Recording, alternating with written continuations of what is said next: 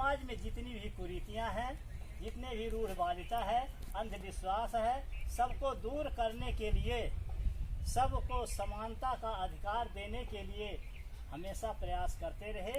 इसी कड़ी में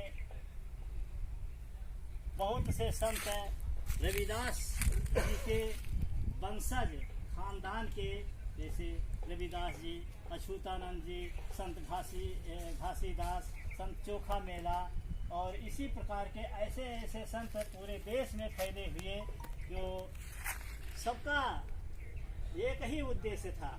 कबीरदास जी, गौतम बुद्ध और अन्य जो संत हैं, सबका उद्देश्य ही था कि देश में समता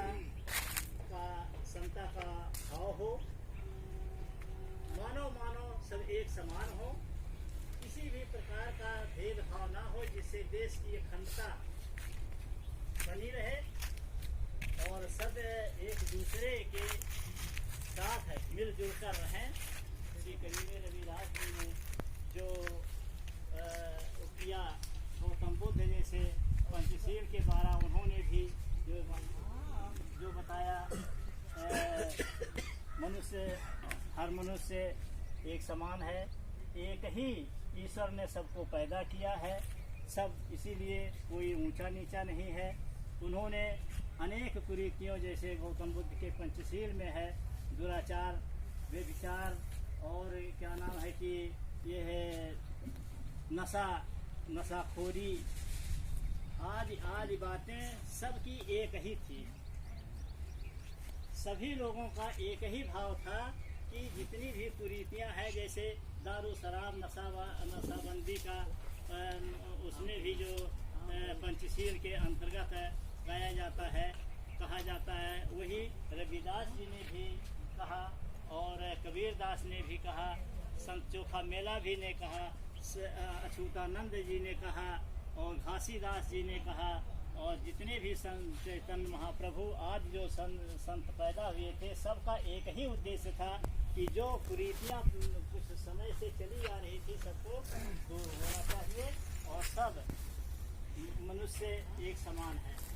इसी कड़ी में बाबा साहब का जब इस देश में जन्म हुआ, वही सब सारी बातें के सामने जब आई, तो उन्होंने उनको एक अधिकार, जो संविधान बनाने का जो उनको अवसर मिला, संविधान में सारे संतों के जो जिसके लिए सब संघर्ष करते रहे, जिसके लिए सब लोग अपनी कुर्बानी दिए, वह संविधान में ला करके बाबा साहब पिरो दिए, जिससे आज हमारा देश हर तरह से उसी संविधान के तहत सबको मौका मिला।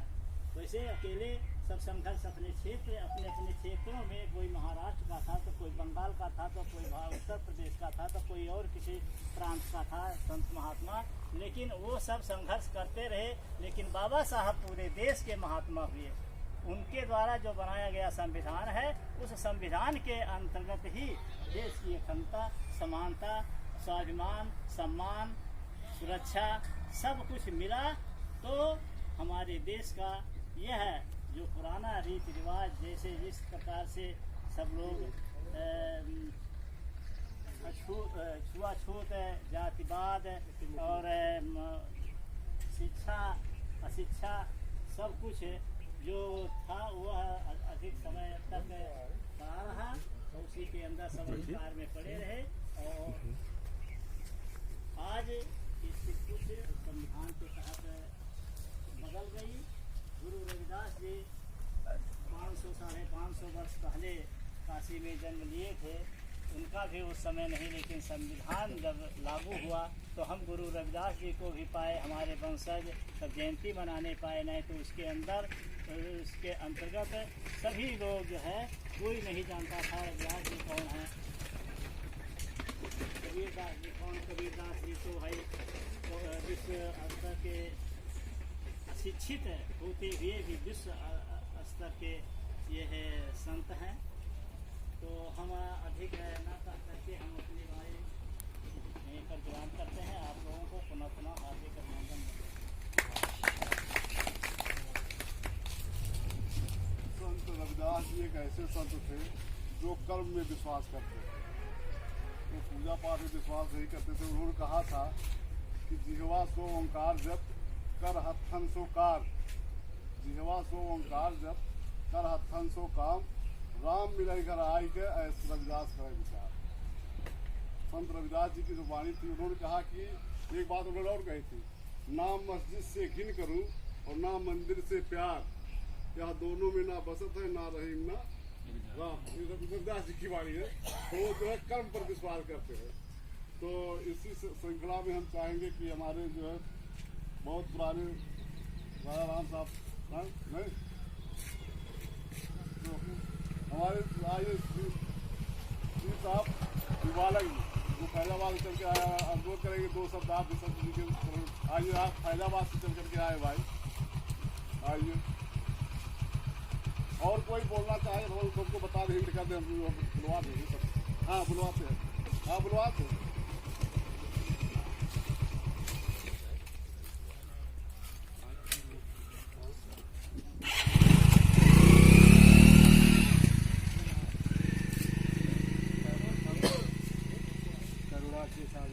अरे दिवाकर लाल को नमन करते हुए जाइए कि नहीं? बाबा साहब डॉक्टर भीमराव अम्बेडकर को नमन करते हुए आज यहाँ बस्ती में संत गुरु सेवा मानव सेवा ट्रस्ट समिति के जो मंत्री जी हैं, उनके द्वारा आयोजित कार्यक्रम में आए हुए हमारे धर्मगुरु को नमन करता हूँ और अर्पित करता हूँ। और दूर दराज से आए हुए हमारे जो धर्म बंधु हैं, मैं उन्हें भी